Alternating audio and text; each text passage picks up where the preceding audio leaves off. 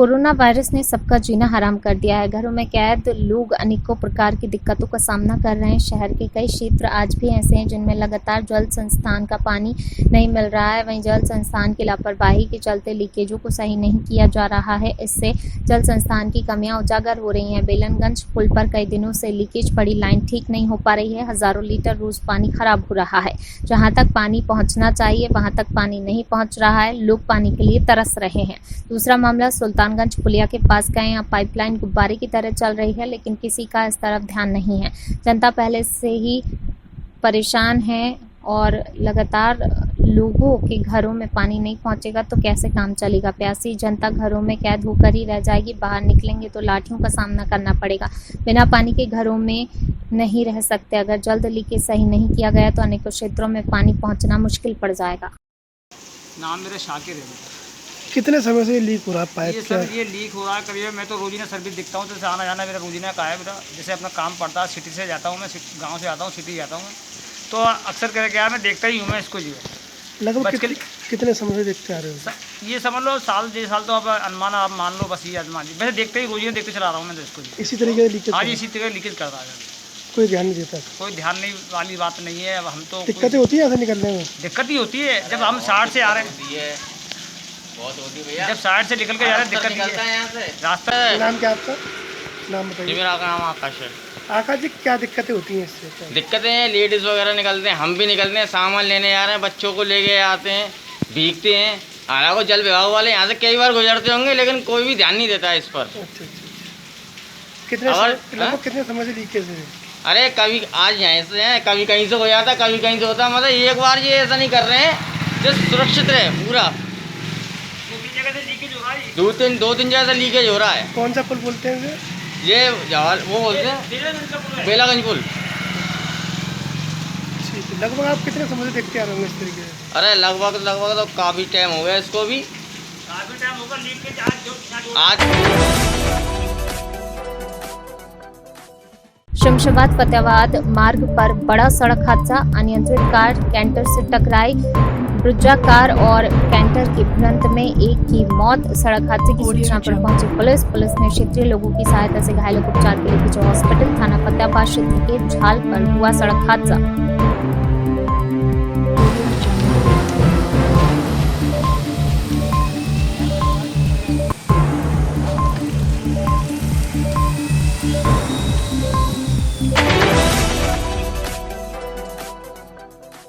इरादत नगर भारतीय state bank शाखा इरादत नगर को हॉटस्पॉट जोन घोषित किया गया है। भारतीय स्टेट बैंक इरादत नगर बैंक मैनेजर की कोरोना पॉजिटिव रिपोर्ट आने के बाद स्टेट बैंक को पूर्ण रूप से सील कर जिलाधिकारी आदेशानुसार कोतवाल सूरज प्रसाद के द्वारा आगरा हॉटस्पॉट जोन घोषित किया गया है। इस इलाके में पूर्ण रूप से आवागमन प्रतिबंधित किया गया है।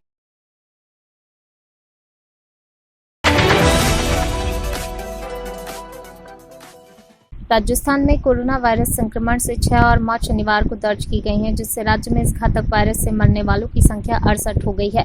इस बीच 106 नए मामले आने से राज्य में कोरोना वायरस संक्रमितों की संख्या बढ़कर 2772 तक पहुंच गई है। अधिकारियों ने बताया कि जयपुर में 4 और जोधपुर व अजमेर में एक संक्रमित की मौत दर्ज की गई है। अधिकारियों के अनुसार चांदपुर इलाके के 20 दिन के एक शिशु को कोरोना वायरस के लक्षणों के साथ शुक्रवार को यहां जेके लॉन अस्पताल में भर्ती करवाया गया था। उसकी दिन में मौत हो गई थी। अधिकारियों का कहना है कि ज्यादातर मामलों में रोगी किसी न किसी अन्य गंभीर बीमारी से भी पीड़ित थे। राजस्थान में कोरोना वायरस संक्रमण के कुल मामलों में 2 इतालवी नागरिकों के साथ 61 लोग भी शामिल हैं, जिन्हें ईरान से लाकर जोधपुर व जैसलमेर में सेना के आरोग्य केंद्रों में ठहराया गया है। राजस्थान में 22 मार्च से लॉकडाउन लागू है और अनेक थाना क्षेत्रों में कर्फ्यू भी लगा हुआ है।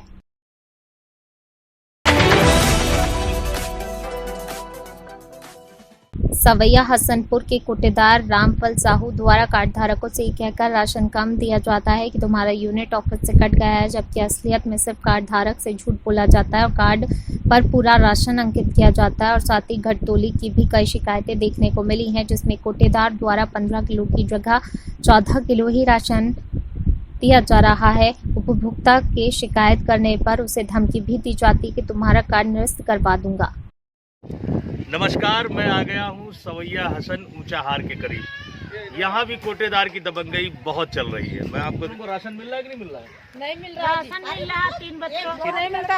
हमारे 7 लड़का है, हाँ। हमको नहीं मिलता राशन पानी, बिल्कुल नहीं मिल रहा। नहीं मिल रहा जी। सरकार ने जो फ्री भेजा वो भी नहीं कुछ मिल रहा। नहीं मिला, सरकार ने कुछ नहीं दिया। कौन कोटेदार है आपका? एक कोटेदार है यहाँ के फूल के यहाँ के साहू। अच्छा साहू।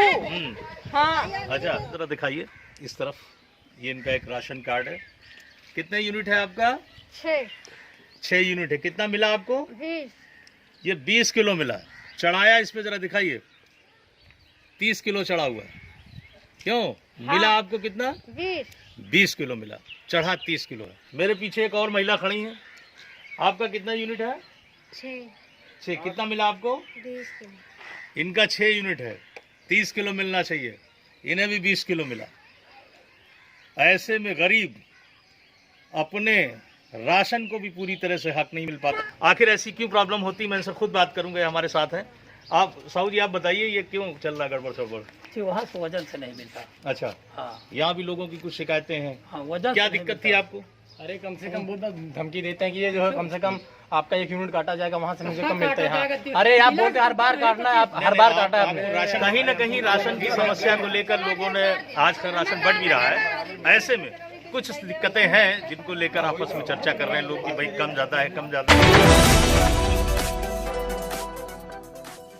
जनपद बहराइच थाना खैरीघाट पुलिस को मिली बड़ी कामयाबी। गैंगस्टर एक्ट थाना मोतीपुर जनपद बहराइच व D5 गौवध तस्कर गैंग का सक्रिय सदस्य शमशाद उर्फ भूरा रायपुर थालिया थाना खैरीघाट जनपद बहराइच, जिस पर पुलिस अधीक्षक महोदय द्वारा 10,000 का इनाम घोषित किया गया था। SHO पंकज कुमार सिंह थाना खैरीघाट जनपद बहराइच निर्देशन में पुलिस टीम द्वारा गिरफ्तार किया गया। अभियुक्त के कब्जे से 1 आदत तमंचा 315 बोर व 2 आदत कारतूस 315 बोर बरामद हुआ। इस संबंध में थाना पर 153/25 आर्स एक्ट पंजीकृत कर माननीय न्यायालय के समक्ष भेजा गया है। थाना खैरीघाट द्वारा आज शमशाद और भूरा पुत्र कल्लू निवासी थैलिया को गोवध अधिनियम के अंतर्गत गिरफ्तार किया गया है। यह थाना मोतीपुर से वांछित था तथा 10,000 रुपये का इनामी था। आज पुलिस के द्वारा इसको गिरफ्तार करके जेल भेजा जा रहा है। SMS अस्पताल जयपुर पर की गई पुष्प वर्षा। जय भारत की सेना।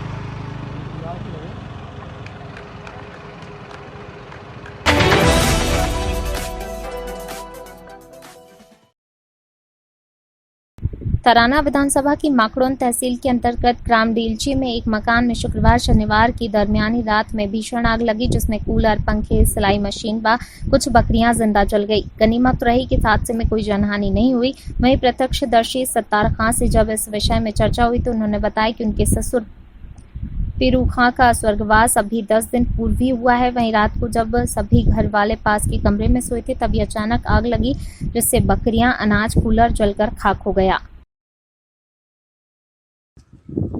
वो 8 दिन पहले क्या हुआ कि हमारा ससुरा का इंतकाल हो गया था 8-10 दिन पहले।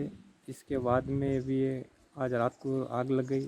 ये दुख भरी खबर ये है कि हमारी प्रशासन से कोई इसमें सहयोग चाहिए।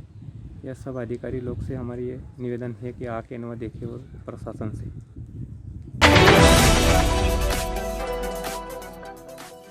मुख्य विकास अधिकारी के निर्देशन में ग्राम पंचायत मदारपुर गाजीउद्दीन विकासखंड मैथा के प्रधान श्री रामचंद्र सिंह, वरिष्ठ प्रोफेसर उत्तराखंड यूनिवर्सिटी श्री शिवपाल सिंह, श्री पुत्तन वाजपेयी ने ग्राम पंचायत में मनरेगा में काम करने वाले मजदूरों को रोजगार के साथ बांटी सब्जी।